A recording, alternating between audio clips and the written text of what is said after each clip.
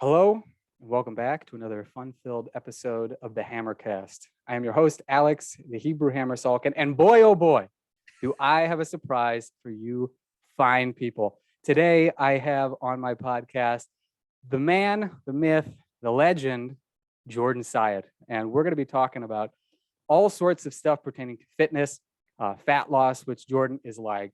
I've learned more about fat loss, I think, from between Jordan and Pat Flynn than probably like anybody else around. And so I'm very excited to hear. And he's a champion power lifter. And also, this is very cool. He is a fellow Hebrew. And so I feel like this is the podcast that needed to happen. And so we're going to get kicked off momentarily. But before we do, as always, I want to remind you that if you haven't gotten my 9-minute kettlebell and bodyweight challenge, you can do that very easily by going to 9minutechallenge.com. I have had a lot of very nice compliments on it. The nice thing about it is that it fits in with whatever you're doing. So you don't have to stop whatever program you're on. You can tack it on at the beginning or at the end. It'll give you a nice boost to your strength, stamina, mental toughness. Sex appeal, I'm not sure. I haven't heard anything about that yet, but if I do, I will update you fine folks. So again, it's 9minutechallenge.com. And now without further ado, Jordan, welcome to the show. Thank you for having me, man. I gotta just preface and say, number one, thank you for having me on. Number two, and I apologize to anyone listening. I do swear a fair amount. I'm going to do my best to not litter this podcast with cuss words if you've got kids in the car, but just want to give you a fair warning that if you've got kids in the car, maybe put some headphones on them or put your headphones in yourself, because sometimes it just comes out, and I apologize. I'm just letting you know ahead of time. Now, look, here's the thing is like, Jordan has elevated it to an art form. And so I told him right at the beginning, I'm not going to tell you not to swear, but we are going to give the people like the parental advisory sticker, like, you know, they used to have on CDs. So now that you know, if you need to change the station, as it were, or you need to switch to a different podcast, you are more than welcome to. But definitely listen to this later when the kiddos are not around or when they're preoccupied with whatever device you've given them to babysit them.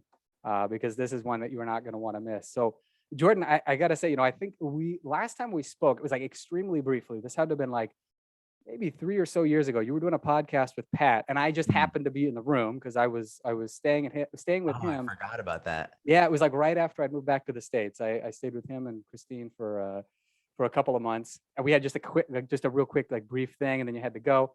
But we actually met and hung out a couple times in the Holy Land, as you recall. I recently saw on my Facebook memories, and it's so I almost never go on Facebook anymore, but I happened to go on one day and I saw the video that you and I made in Jerusalem. No way. Yeah, I rewatched the whole video. It was an amazing video. It was really nice. And man, it just got me nostalgic for going back. I'm telling you, it's been a good couple of years since I've been there. And it's just, I'm with you, man. It's like every time I see a picture or I see an old video or something, I'm like, gosh, like I've got to go back and revisit it. And I'm hoping that, you know, regardless of where, if we meet up in Texas or Israel or whatever, we'll at least get a chance to practice our Hebrew too, since, you know, neither of us have really practiced all that often in the last couple of years. But you have, I've followed your work ever since I met you because Pat was the one who introduced us, as I recall. He was like, Jordan is a friend of mine and he's living in Israel right now. You guys should meet up. And we had a great time. I remember the first time I think we met, it was in Tel Aviv, and then the second time was Jerusalem. And it was a ton of fun. I'll remember you gave me advice because I had lived there between high school and college for a year. And then I came back to the States for school, and I had just moved back. And I'll never forget this. I told you the thing that I hate most about Israel is the lines and how they are completely and utterly non-existent, and how people just bull rush. And if you're not assertive, then they'll just cut right in front of you. And you're like, no, you just got to say like, hey, this is a line here. And like, I was here first. Like that was some of the best advice I ever got. People who've not been there will be like, I don't get it. Like, this can't be real. It's real. And it's not spectacular. It is like literally all over the place. But I had to say that a ton. And I'm not like not assertive, but I grew up in the Midwest. So I'm like, I was always raised to be exceedingly polite. And it's like when you're there, it's just like you have to have a short fuse. Yeah. And that like people will back off, you know, it's like they need to test the boundaries. And I'll tell you the other thing, So I didn't like that, but I could get used to it. The thing that I especially hated is that there was no, and by the way, folks, everything else about Israel I love, but these two It's things my I hate. favorite place in the world. Exactly. It's like, but it's like family, you know, you've got family that you just, you know, pisses you off to no end, but you loved it and you would do anything for them. Yes. And it's exactly what it's like. But like in the States, I don't think it matters where you go. If you are, let's say, walking down an aisle and somebody's even within like arm's length of you, and they'll kind of move slightly just to make sure that your arm's length of personal space is still sacrosanct. That doesn't exist in Israel. I remember very distinctly, there was this grocery store that I used to go to in my neighborhood in Jerusalem. And I was going to go do some grocery shopping, and it was at the tomatoes aisle. It was like right at the beginning. You know, it's like you can see people coming in and out. Yes, Advaniyot. All kavod. And I walked right up to somebody. I'm telling you, it was like, for those of you watching this on YouTube, I mean, it was like I could have headbutted them. And then finally, and they didn't move. It was like, it was clear that I wanted to, like, it should have been clear enough that I wanted to, you know, be within arm's reach of the tomatoes. Finally, I was like, slicha, like, excuse me. And the person moved. It was like they had to wait until I said something. And it's just like, in Hebrew, there's a word, chutzpah. It's like nerve, like the nerve of it. The gall. Yeah. Exactly. It's like, and again, it's that I told myself, I as long as I live there, I will never get used to that. I get used to everything else. Yeah. It always upset me. So yeah, that and the lines.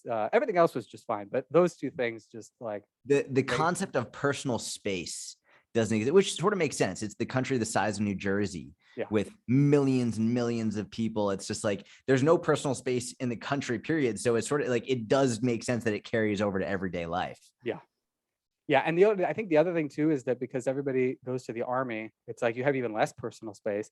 So it's like people get used to just, you know, stripping down naked in front of you to change clothes. Like I can't tell you how many times I was with colleagues like for, you know, kettlebell workshops or whatever. And then I remember one time, I'm not going to name who it was, but it was one of my colleagues was like, after the workshop, you know, went and took a shower at the gym or whatever. And he peeked his head out because he needed something. He's like, he asked somebody for a towel and it was like, his dingling was just hanging out like for all this, like in Nebraska, that had been like a scandal, you know, but like in Israel, people are like, oh yeah, you know, walk out with your, you know what out. And I just was like, it would just never, ever occur to me to do that. Like I'm hyper aware of like, even if I'm in my own place and I'm naked, I'm like, okay, are the windows closed? I don't want somebody to walk by, you know, it's just, it's just a very different vibe. But one of the things I love about Israel, so I listen, I want to move there. My wife and I want to make Aliyah. I want to move there. One of the things I love the most about it though, is how people don't beat around the bush. Yeah. Right. It's like, I think in the United States, everyone likes to say that they're direct, but very few people are actually direct. Yeah. When you go to Israel, I remember the first time I ever went, the very first time I was there, I stayed with a host family. And I didn't understand what they were saying, but it sounded like they were screaming at each other. And then when they switched to English, so I could understand, I was like, they're like going at it. It sounds like they're just completely fighting with each other.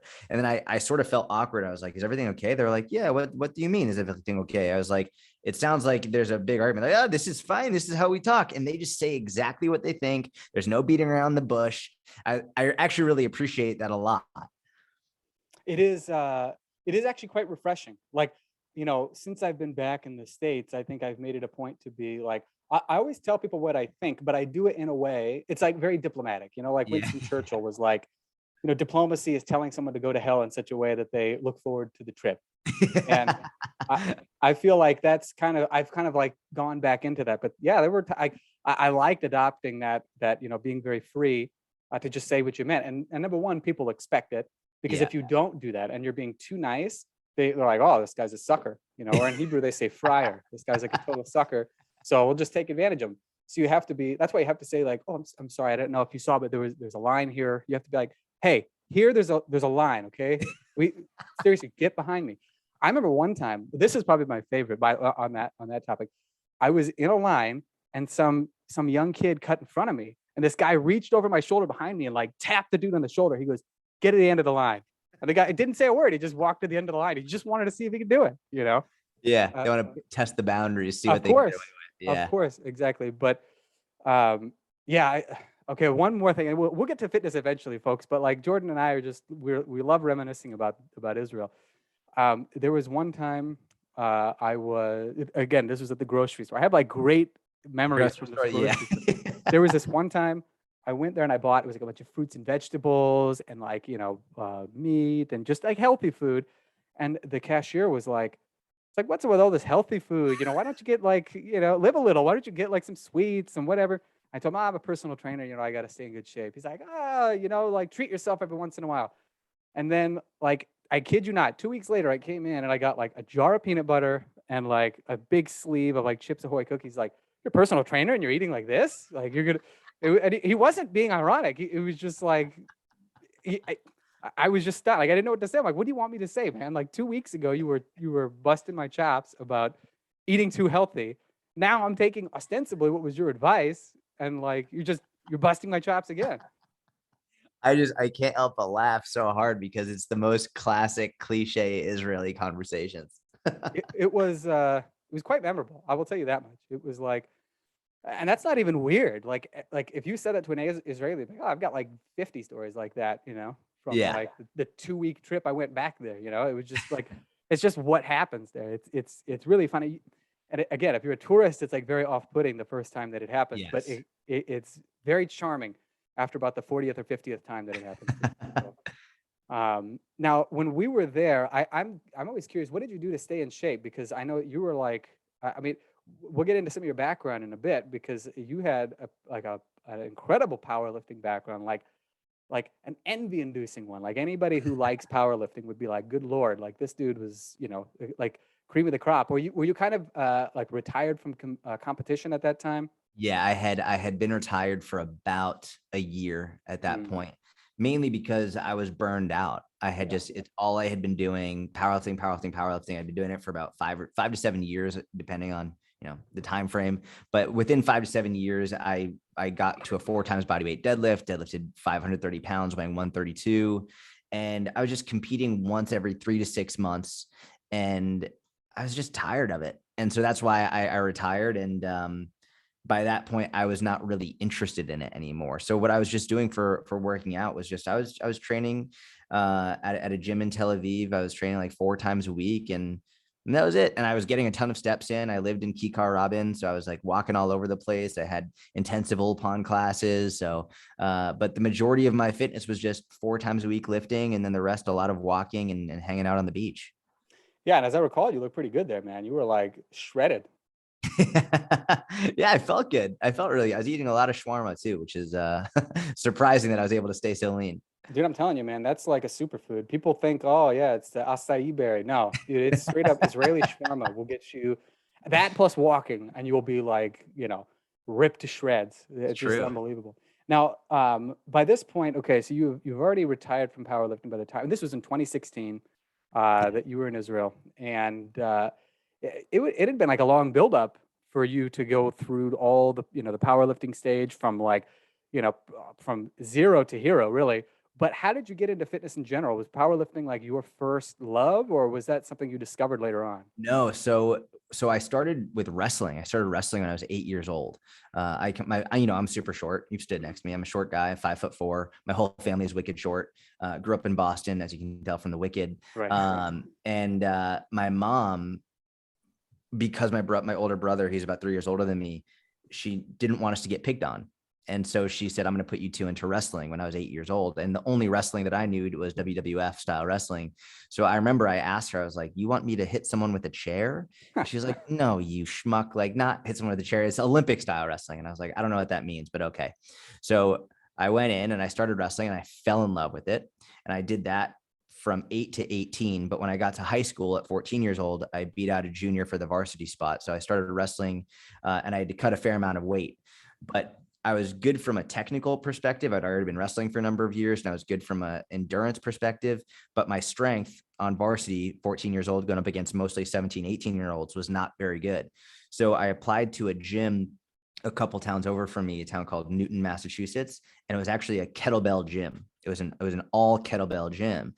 And one of the reasons I applied there is because one of my coaches was Russian and he used kettlebells all the time. And I wanted to learn how to use them better. And so I applied there and I was like, I'll take the trash out. I'll clean the floors. I'll clean the yoga mats, whatever it is. Like, just let me come and learn from you. And so I was very fortunate because number one, they let me come and work with them. And number two, they were very science-based. So they introduced me to Pavel and Dan John and Eric Cressy and Joel Jamieson. They introduced me to some like the best of the best of the best strength and conditioning in the world at 14 years old.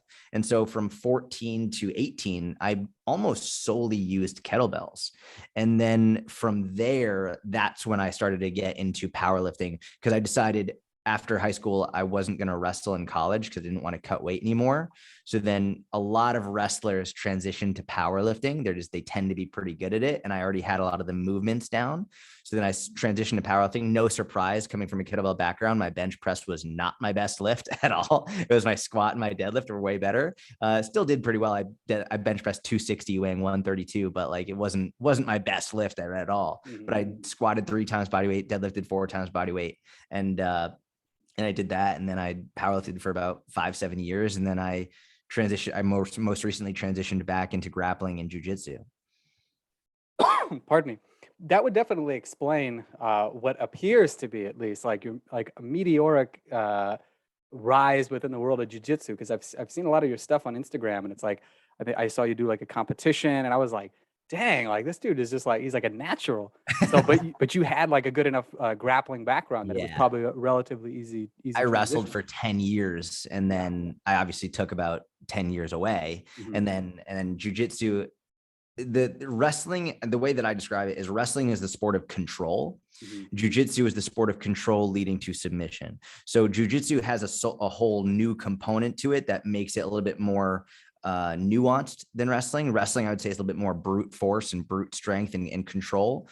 Jiu-jitsu, you need to have that control, but then on top of it, almost like this artistic ability to control them so much that you can submit them, whether it's with an arm lock, joint lock, choking them, whatever it is. Yeah. To me, it seems like, it's more like a chess match than anything else.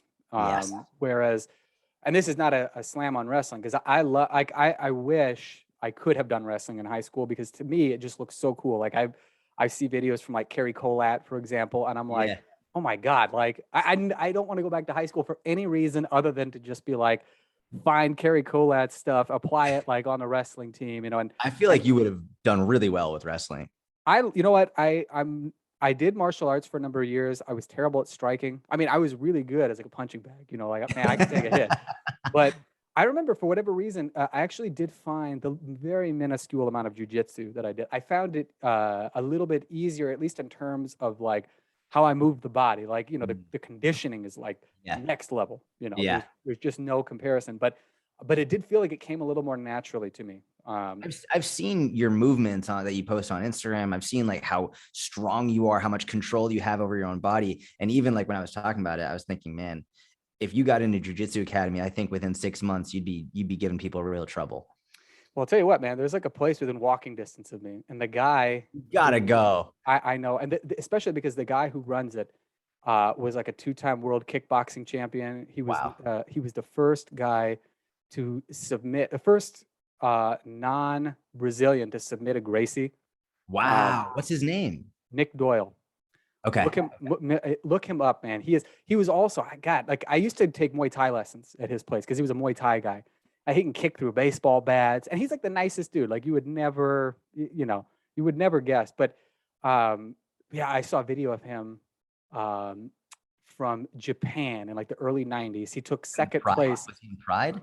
No, this was it was called the Sabaki Open. It's a bare knuckle karate tournament. Oh, man. And he took second place. I mean, it was just like, the hits were so hard. It was like, God, I couldn't imagine. I mean, he had like a smile on his face at the end. He didn't look, he was a tough dude. But it is actually on my list of things to do, because it's been rummaging around in my head. And they have like boxing, wrestling, jiu-jitsu. So good at it.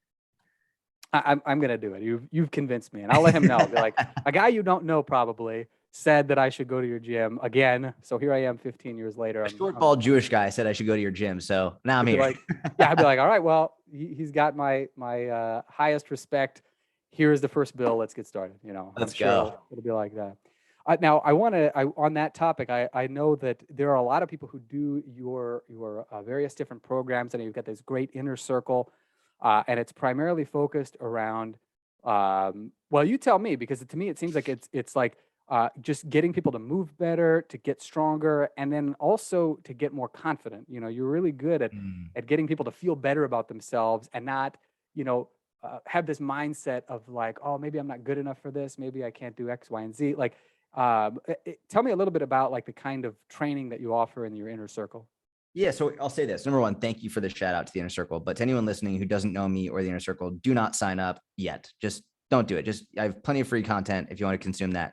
I want to explain because you hit on a really important point regarding improving people's confidence, right? And so I got into exercise physiology and exercise science starting at 14 years old when I got to this gym, at this kettlebell gym, and I started studying really, really high level strength and conditioning and exercise science at a very young age. I was lucky that I started so young because I initially went to college for exercise science. That's what I started with. But I realized after like a couple of months, I was like, everyone knows they should exercise. Everybody knows that. Everybody knows they should be eating better. Everybody knows they should be walking or moving or eating more fruits and vegetables and drinking more water. Everybody knows that smoking cigarettes is probably not a good idea considering there's a skull and crossbones on the box. And never mind the people who are already addicted to it, but there are people today, like right now, buying their first ever box of cigarettes, not addicted to it yet, but they're going to go do it even though they know it could kill them. Why? And so for me, after 2 months in exercise science in college, I was like, this isn't the issue. Like I have enough knowledge now to help people achieve their goals from a science background. I need to figure out why the hell are people making these choices that are not good for them when they know they're not good for them? Why are people not working out when they know they should be? Why are people year after year after year setting their New Year's resolutions to work out more, to exercise more, and then giving up within 2 weeks? Why are people not eating the foods that they know are going to be better for them, even though they know it's going to be better for them? And oftentimes they're actually less expensive than the foods that are not going to be as good for them, right? So I actually switched to behavioral health psychology. That was what I switched my course of study to, behavioral health psychology. And I'm not a huge fan of higher education, to be blunt about it. I come from a whole family of professors and doctors and lawyers, and they love it. I personally don't think it's necessary this day and age, but either way, it was one of the best decisions I made to switch to that course route because it did completely and utterly change my perspective on human behavior, which I think is the missing link in health and fitness today, is understanding human behavior. Why you could have the best program in the world, you could have the best diet in the world, you could have the best meal plan, you could have the best exercises, you could have the best understanding of the human body, but if you don't understand why people are making the decisions they're making, you've got nothing. And so for me, a massive portion of my content and portion of my coaching and programming is around helping people improve something what's called self-efficacy. And self-efficacy is basically it's similar to self-confidence. It's not the same thing. It's your belief in your ability to succeed in a given task. And the research on this is outrageously clear that if you don't believe in your ability to succeed, then you're far less likely to succeed. It's just period, end of story. And most people, they don't believe that it's actually going to work.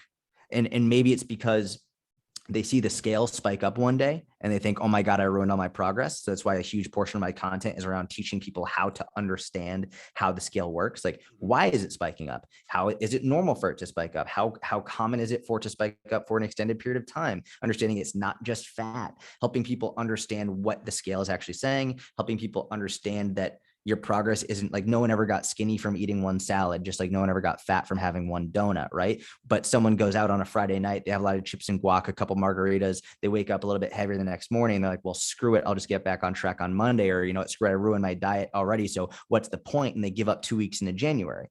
And so my goal here is to help people understand your progress isn't dictated by a single meal or a single day or a single week. It's dictated by your consistency over the long term. And consistency is not perfection. You don't have to be 100%. In fact, I very much advocate against being 100% consistent because that's more like prison. I try and help people get to a point which they can be about between 75 to 85% consistent on a regular basis and feel confident in themselves so that when they do go off track, they can get right back on. Yeah, I mean, I couldn't have said it better myself. I think that one of the things that I was fortunate enough to figure it out for myself earlier, but I had a tough time for, a little while when I was kind of a new trainer, is getting people to understand that, like, you just have to do something. Like Pat, our friend Pat Flynn likes to say, it's not all or nothing, but always something. You know, Mhm. like if people are willing, if people realize that, oh, you know what, like, okay, I only did 5 minutes of movement today, but I didn't feel stressed about it. I don't feel bad that I didn't do more. Like, I feel like I could do that again tomorrow. Like they get all of a sudden they get this sense that I can really do this, and like this can become a part of my routine. And Yes. then I don't have to think about it. I don't have to stress about it. I don't have to worry. Like it's a very, I hate to say the word liberating because I think it's maybe a little bit too dramatic, but it really is a liberating thing because people are very high strung about their fitness. And we have, I think, a tendency to be impatient in general in the Western world. Yes. But understanding that, if you can like the time's going to pass anyway. If you can make it a commitment to even move just 5 minutes a day, to do a small amount, or maybe have a few extra vegetables in one meal, and then not worry about it if you had the chips and guac. Mhm. You're gonna win, and you're gonna make it. Yeah, 100% agree. Absolutely. I um I think that one of the great things is that this you always hammer this point home too, because I'm a serial watcher of your Instagram stories, and so I see you got like a regular Q&A, and people a lot of times people ask the same questions, and you always answer them with the same kind of like humor and and clarity about, like, yeah, look, okay, you fell off the wagon, all you just got to do is just hop back on. Yeah. Like, what are some of the, so we talked a little bit about like this idea of self-efficacy, and so much of what gets people, I think, away from that is that there are these myths that they accept as though they were like carved in stone, and the reality is that it's all in their head. So what are maybe like 3 to 5 myths that people have about in their head about fat loss, about fitness, about strength training, that if you had the power, you could just strike from people's memories like this very day? Yeah, so there's a ton, right? There could be an entire book written on this. I'll start off with one that is not even necessarily just for fat loss, but I think overall health, mental health, emotional health, physical health, all of it is, I've seen an unbelievable number of people who don't actually believe that that walking is exercise. They don't actually think walking is good. They like, well, like, they're like, does it actually do anything? I'm like, you motherfucker. Of course it's good. Like, it's incredible. And I always say, if people knew, if they could see on a cellular level, the changes that are happening to your body when you just go for a 20-minute walk, everybody would do it. It's Yeah. unbelievable. And it's funny because when I was a younger coach, people would say, well, what should I start with first, exercise or nutrition? Which I think is a good question, right? It's a valid question. If I have to start with one, what's most important? As a younger coach, I would have said nutrition, because I think, especially from a weight loss perspective, and also from a health perspective, there's so much that happens with what you're putting into your body, and it's so critically important. And you always have to eat, no matter what. Maybe there will be some point in your life where exercise is a little bit more difficult, but you always have to eat. And that was my rationale. But as I've gotten older and have worked with more and more people, I've started to actually recommend walking first and exercise first, because number one, the results are immediate. Like, even though it's not physical, like, oh, I can see I've lost 12 pounds from that 20-minute walk. The mental and emotional results, the endorphin release, the mood enhancement that you get from it is unbelievable, even just going for a 20-minute walk outside, or even on a treadmill for that matter. And what I also noticed is, once people do that, they're more likely to prioritize their nutrition. Once they get that 20-minute walk in, 30-minute, whatever, however long the walk is, now it becomes quote unquote worth it to Mhm. eat well. Whereas before, just because you eat an apple, you don't necessarily feel better. You're not like, oh God, like I'm the pinnacle of health now. It's like, no, I still want the donut and whatever. And you don't feel very different. And so then it's so easy to continue to go off track. But when you have the walking first, or the exercise first, now it becomes, oh, now it's worthwhile. So I would say the first one is, do not underestimate walking. It's unbelievably important for your health, mental, physical, emotional, all of it. And it can actually have a significant impact on what you do next. Like I always say, just go for 5-minute walk. It's not because 5 minutes is enough to get rid of all these diseases and to completely change your health, but because 5 minutes more often than not turns into 20 minutes. And then 20 minutes more often than not turns into a couple of strength training sessions a week. And then that turns into putting on more muscle, which then you start to get, you see those results, your self-efficacy improves. Then you want to say, okay, well, how can I optimize these results? You start eating more protein to fuel your muscle growth and recovery. And all of a sudden you're actually living a pretty damn healthy lifestyle, right? Yeah. So walking is sort of like the gateway drug in exercise. I couldn't agree more. And you know what? I know you do a lot of it because, again, like I said, I've seen your a lot of your posts. For me, it's like it's something I have to do every weekend. You know, like I mean, I do a decent amount of walking regardless, but it's like even when it's cold outside, it's like, you know, usually every Saturday I go for like a 4 mile walk, just, you know, not like no headphones in, just enjoying the walk, and I always feel so much better.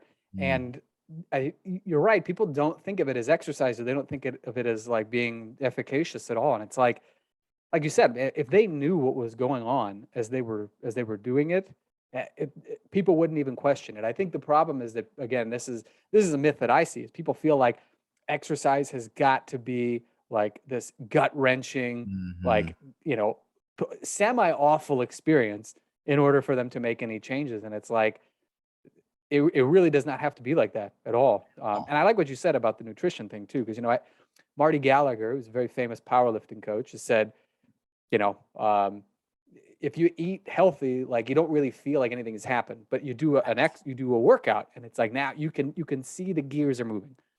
So I like that. Learn to walk first, and then everything else is going to fall into place. So Yeah, 100%. And you're right. A lot of people, and to their credit, it's not necessarily their fault, right? I mean, if we look back at a lot of like older exercise videos, we can see a lot more focus on aerobic health mhm. and lower intensity exercise. And people were very impacted by that. And they did it, they ate it up. And now we have like all these Tabatas and these high intensity interval trainings, and people being like, if you're not like sweating and you're not like burning, then it doesn't count as exercise. I'm like, you're an idiot. That is so far. And then they came up with this cockamamie stuff saying like, oh yeah, you get the exact same benefits of aerobic exercise just in less time. I'm like, you're actually an idiot. You haven't looked at any of this research. You're Yeah. parroting stuff that you read from a Men's Health article that you have no idea what you're talking about. And people so drastically underestimate the value of going for a couple mile walk. Like it's so unbelievable to me. And that's what I've been talking about that a lot recently, because if we're looking at the longest living and healthiest populations in the world, the most common denominator is walking. Like that's it. Like their Yeah. nutrition changes pretty radically among populations and where they are geographically in the world. Their nutrition, some people will eat pretty high carb. We look at the Okinawans; they have a relatively high carb diet. But then we look at other populations where they have a higher fat, lower carb diet. And it's like, okay, but the one major thing here is that they're all walking a lot. It's like that cannot be overstated. We really have to get back to the basics here and say your aerobic health, your lower intensity, the stuff that might not feel like exercise, just your daily movement is the most important thing. Absolutely. You know, I would say to summarize it, it's like if you want to be healthy and strong and fit, you have to do what your body is made to do. And you are made to walk, and you are able to lift. So I like that. in terms of things that are like must do's, it's like you can lift till the cows come home, but like if you don't walk, if you don't have good aerobic health, if you don't use your body the way that it's made to be used on a day-to-day basis, things are still going to go wrong. It's Yeah. like you owe it to yourself. You know what I mean? I've been doing a lot of research recently on different energy system training and the effects that it has on your body. And one thing you probably know this, you're one of the smartest guys I know, but this really blew me away. A lot of people have been asking me, well, why is it so beneficial to be in a lower intensity cardio as opposed to a higher intensity cardio? And I want to clarify, I'm not saying high intensity cardio is bad, but you should use it maybe once to twice a week at most, at absolute most. It's a very demanding energy system. There's a lot of risks associated with it, but the amount that it can improve is very small relative to the aerobic energy system. And the thing that's very interesting to me is when you look at the heart, we know the heart is a muscle, right? It's arguably the most important muscle, one of the most important muscles. when you look at how the heart actually responds to different types of exercise, when you do a higher intensity interval where your heart is beating faster than 150 beats per minute, it doesn't allow full expansion of the heart with blood. Under 150 beats per minute, and ideally what we'll call like zone 2 cardio, which is usually somewhere between like could be between 110 to 130 beats per minute depending on the age, but like it feels like it's just walking, maybe slightly higher intensity, is it allows full expansion of the heart with blood, which allows for more a greater capacity of blood that you can then flush to the rest of your body. And this is actually, so there's two different types of cardiac or heart hypertrophy. You have the hypertrophy like that, where you get greater expansion of more ability for the heart to fill with blood. And you also have a thickening of the lining of the heart, which you get from more heavy lifting. And a lot of times what I've been talking to cardiologists about is they see with lifters, especially in the recent years where lifters have demonized cardio, is they see massive thickening of the heart, but terrible capacity of the heart. And that will lead to heart attacks that can be very, very dangerous. You want to get both. Both are better than either alone. But it's in terms of why is low intensity so helpful? It's because you actually allow for that full expansion of the heart to get it filled with blood before it flushes out to the rest of your body. Yeah, it's a very interesting thing to think about too, because it's like, you need both of those things. You need the heart wall, you need the heart to be strong, but the heart's job is to pump blood to your body literally like 24/7 until the day you die. And seriously, and it's not like, it's not overselling it. So if you think about it, it's like, imagine somebody says, okay, I want you to like, just like tap on the desk, like really nice and easy, like with a pencil or whatever. But now you have to do it 150 times in a minute. Like you're going to be doing these really small movements, right? Your Yes. muscles are probably going to start to get really tight, and then it's going to be harder for you to just move the muscles through the full range of motion. And we know that if your muscles are tight and you can't move your joints to a full range of motion, that's not a good thing. It's no different with the heart. Like the heart needs to have that sort of, I guess we could call it flexibility if you want. Yeah, if you demonize cardio, which is especially silly considering your aerobic energy system is like, I mean, like if you want the other energy systems to be better, you need to have a good aerobic energy system. It's the most important. It's the one that has the greatest impact, and it's the one that you can improve the most. And frankly, if you want to recover quickly and you've got a terrible aerobic system, your lifting is going to be impacted anyway. Yep. So go for a walk. Like it's one of those things where I see all these people who are just like and listen, I'm a world-class powerlifter. I love lifting. I'm not saying lifting is bad, but I see a lot of these people who are just all lifting, no cardio. And they're asking me, they're like, oh God, like I can lift so heavy, but by the time I get up a flight of stairs, I'm winded. I'm like, yeah, no shit, because you don't do any cardio. You're working all these other muscles, but you're not working that one muscle that's actually going to dictate the extent of your life. If you can lift till the cows come home, but you can't get up a flight of stairs without being winded, you've got a real problem. Yeah. Sure, seriously, think about it. It's like, here's another way to look at it too. It's like, okay, let's say you hurt one of your biceps, right? You've got a spare. You're gonna be all right. But if your heart gets jacked up, you don't have a spare. Like Correct. it's extraordinarily important. And I think that, you'll get a certain degree of let's say, we'll say heart training from your lifting and from other activities. But yeah, just there's more to exercise than just like the hip training or some of these, like I don't want to like bash CrossFit or anything, but like let's say CrossFit WODs and stuff like that they're designed to be challenging. Those things are perfectly fine, like you said, once, twice a week, perfectly okay. But the rest of the time, it's like nobody would set up their work schedule to be like, okay, today I'm gonna have the most stressful day I possibly can. And people want it to be like, okay, I'm gonna get enough work done so that tomorrow I can do the same thing, and maybe once or twice a week I'm gonna be a little bit busier. Yep. But somehow it doesn't get translated into exercise when it's every bit as beneficial for their exercise. Yeah. You just hit on something also that's really important, and not bashing CrossFit. This goes for CrossFit, this goes for Barry's Boot Camp, this goes for Orange Theory Fitness, goes for all of these things. You said like the WOD is designed to be difficult. And that word, I know you use deliberately, but I think a lot of people might gloss over it. you didn't say the WOD is designed to be effective. You said the WOD is designed to be difficult. And this is so important from a marketing perspective in fitness.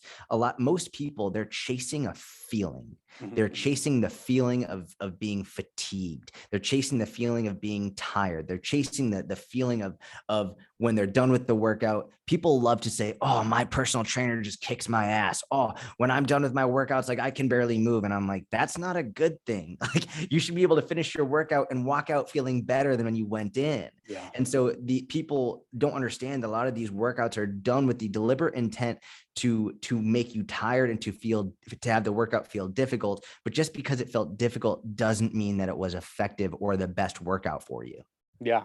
Well, we could have a whole discussion on the difference between challenging versus effective, because I mean, you can say the same thing about certain exercises. You can say things about, certain approaches to training, but the bottom line is that it's like, this is why it's important to have a goal, regardless of what it is. It's not like you have to be like, oh, I want a PR in my deadlift or my military press or something like that. It could be, I just want to be like generally stronger in a wide variety of things. And I want to feel good and I want to look good naked, which is really like actually priority one for everybody. They leave it like at the third part of the list. It's a little bit bashful, but yeah, people have to understand that challenging doesn't mean beneficial, and it doesn't mean it's not beneficial. But it's not a guarantee that it's actually doing the thing that, or getting you closer to the thing that you actually want to accomplish. So yeah, I mean, I think that if people can get that into their head, so walking is great, low intensity interval training, even if it's not walking, if you're on a bike, whatever, it's very necessary because training your heart is essential. Like this goes hand in hand, I think, with the heart. I'm sorry, with walking stuff, and then difficult does not mean effective. Yeah. It could mean, but it doesn't necessarily mean. Correct. They're not equated. Exactly. Are there any other myths that we should drive a stake through their heart while we're here? Man, there's so many. I would say I get this question a lot. I just did a Q&A earlier today, and I already saw this question in there several times, which is basically which exercise is best for fat loss. And it's important to bring this up because we just spoke so much about exercise and the importance. Yeah. But if you listen back to what we just said, we never said like which exercise was best for fat loss. We spoke about it from a health perspective. And I think that's really what we have to understand. You don't exercise to burn calories. You don't exercise for fat loss. You exercise for your health. You exercise to get stronger. You exercise so your heart is better. You exercise so you get more flexible and mobile. You exercise so that you can live a better, higher quality life. If you want to lose fat, that comes from nutrition. And note, I didn't say it comes from supplements. I didn't say it comes from fat burning pills, because those are a whole bunch of fucking nonsense. Those do literally nothing. You're wasting your money. You literally might as well just burn your cash. The only thing it will make leaner is your wallet, folks. Do not buy that crap. Yep. You're making your wallet leaner, and you're making the wallets fatter of the people who make them. So when it comes to fat loss, it's calories, it's your nutrition. You have to pay attention to that. And I think a lot of people, I don't think I know, some people get confused and or upset when I say this. They're like, well, what exercise can I do for fat loss? I'm like, exercise isn't for fat loss. And they think I'm shaming them, saying like, you shouldn't be thinking about that. I'm like, no, fat loss is totally fine. Like my business is mostly built around fat loss and people wanting to lose weight, which is totally fine. But it's important to make the distinction between exercising for performance and eating for fat loss. You have to understand that, because if you exercise for fat loss, you're going to fall into doing stupid shit. Like if you're exercising for fat loss, all you're going to do is go to the gym and try and burn as many calories as possible. That's it. And it's like, you'll be doing burpees and you'll be doing jumping jacks, you'll be doing mountain climbers. You're going to be running just for the sake of trying to burn calories. And what a horrible existence that is, number one. And there's so many better things you can be doing in the gym. Like there's so much better stuff you can do for your health and your performance, when the reality is for fat loss, it's just eating fewer calories than your body needs. And that's like way easier to manipulate with your nutrition than it is to with your exercise. Absolutely. Absolutely. And here's the other thing when it comes to training. Now it's not like, and I want the listeners to know that what you're not saying is that exercise has no effect on your fat loss. Correct. That's not at all what he's saying. What he is saying is that if that is your approach, you are going to just by default try to crush yourself in the gym or spend way too much Yes. time there. And you're really hamstringing yourself by doing that. I think, it's interesting. I remember reading something, I think it was Pavel's wife said, Pavel was talking about this in a book, and he mentioned his wife pointed this out. He said, for the people who only maybe train a total of, let's say, an hour a week, which incidentally is enough. Like if you are, I mean, you could do 20-minute workouts 3 days a week. There's no question that is super beneficial, especially if you've got your eating in place. But if you don't have your eating in place, the question is like, I think what she said is like, is your body going to, reflect the 1 hour that you spent working out that week, or the 167 hours you spent doing nothing? Mm. And it really is true. And it's like, now again, if the other 167 hours, if within that, there's also intelligent eating, there is, like some low intensity work just by walking a little bit more. Like we'll leave that apart from, let's say, gym type training for like the 20 minutes you do 3 days a week or whatever. That's 100% different story.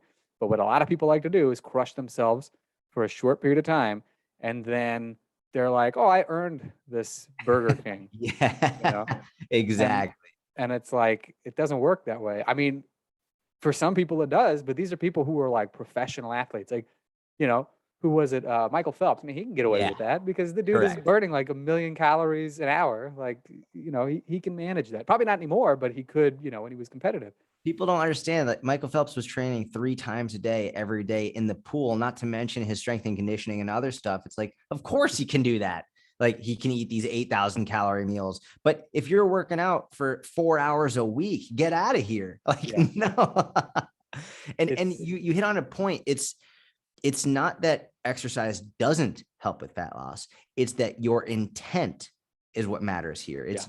If your intent for exercise is to burn calories so you can lose more fat, you're going to be doing stupid stuff. And you're also you're not going to make the progress you want in the gym. You're not going to get stronger. You're not going to look the way you want to look. You're also probably going to develop a very poor relationship with food for the exact reason that you just said, where oh, well, cool. Now I've earned this Burger King. Well, cool. So what happens if you don't go to the gym for a week? Are you not allowed to eat certain foods? Have you been bad? Or like, if you do have a certain food, are you now like it's not okay? Like, are you doing something that's immoral or unethical? You're setting yourself up for completely and utterly terrible relationships with food, not achieving your goals, physique wise or health wise. And it boils down to your intent. Mhm. The intent in the gym is to improve your health and performance. Intent with your nutrition should be for your health and if you want body composition. Absolutely.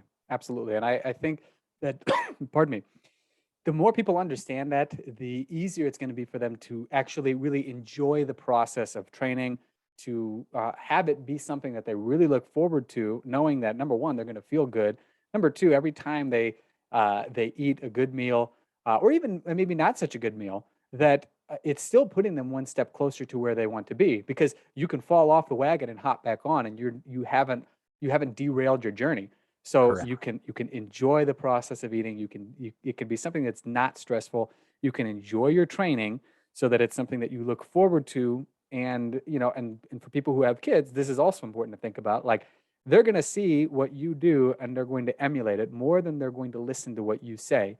Like, you could say it's important that you go outside and play, but if you're binging on Netflix every night and like getting Uber Eats and and just never training, that's what they're going to see. And it's a far greater likelihood that they are going to take that to heart than just what you say. And so if they see that you have a positive relationship with food, positive relationship with exercise, it's reasonable to say that they are probably going to have a much easier time adapting that same approach to their own eating, their own training, and so on and so forth.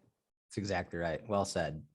So, well, I think we have come toward the end of this episode, much to my eternal chagrin. But of course, would love to have you on to talk more trash about the silly myths in the future, and smashing them to bits. We could probably do like a whole series on this. But for those of you who want to follow you online, where would be the best place or places to go? Yeah, so I have my own podcast, the Jordan Syatt mini podcast, with a lot of swearing, way more than there was today. I did try to keep a lid on it a little bit. My Instagram, where there's also a lot of swearing, but your kids probably won't hear that. Syatt Fitness, and if you just want to Google my name, Jordan Syatt, you'll find everywhere. And it's Syatt for those Correct. of you who want to. Like the You're Hyatt not. Hotel, but with an S. Oh, there you go. There you go. I like that. You should come up with a competing hotel chain called Syatt Hotel. Actually, it's funny. I didn't realize it, but apparently they're like my second cousins, which I did. Yeah. So because my great grandfather came over from Russia when he was 12, and he was escaping Tsar Nicholas and all like the pogroms and all of that. And so he changed his name, but apparently like our second cousins did the same. So my name used to be Hyatt in like generations past. I don't know them. I reap no benefits to having them as a second cousin, but my mom told me they are connected to the family. That's amazing. It's funny you should mention that, by the way, because actually it was probably around that same time my dad's grandparents escaped Russia for the exact same reason. Yeah. It sounds like your grandpa went to Boston, and for some reason, my dad's grandparents went to Nebraska. I don't know how that happened or how they managed. Do you know, did they come into Boston? Where did they come into? I would bet it was probably through Galveston, Texas, if I had to take a guess, because generally speaking, is my understanding is that there were two big ports of entry in the early 1900s for immigrants. Pardon me. One of them was New York. And so the people, obviously the Ellis Island. So people, generally speaking, who went into Ellis Island stayed on the East Coast, either directly in New York or somewhere nearby. And people who went through Galveston, Texas, went all over the place. So, so I could ask my dad because he would know. But yeah, they came same reason. They didn't start a hotel chain when they came. What's that? You know how old they were when they came? Must have been young, right? Yeah, it would have been probably 1914, I think. This was before the Bolshevik Revolution, which thankfully they left before that, because there would have been no escaping that. Right. But yeah, I think it was something, I believe it was like 1914, because my grandma was born in 1922, I think. And so they came before she was born. And then they came to Nebraska, again, to Omaha for whatever reason. And they didn't start a hotel chain. They had like a grocery store. They did the ultimate. It was funny. I told this to somebody in Israel once. And they're like, oh, that's like every Russian, basically. They own like tons of like makolet in Hebrew. It's like a convenience store, basically. Yeah. And in Israel, it's not uncommon for Jews who lived in Russia that they would open like a makolet or like a convenience store. So I got a kick out of that because I had no clue. It's just, it was like the Russian thing to do, I suppose. So I've done a lot of research on it. My great grandfather, I never met him, but I've asked my mom and people who did know him, and he would never say where he was from in Russia because he was always petrified that they were going to come back and find him and bring him back. He escaped when he was 12. Wow, so his family forced him to leave. He was all alone because Tsar Nicholas, what he did was it's crazy. Like, this is well documented.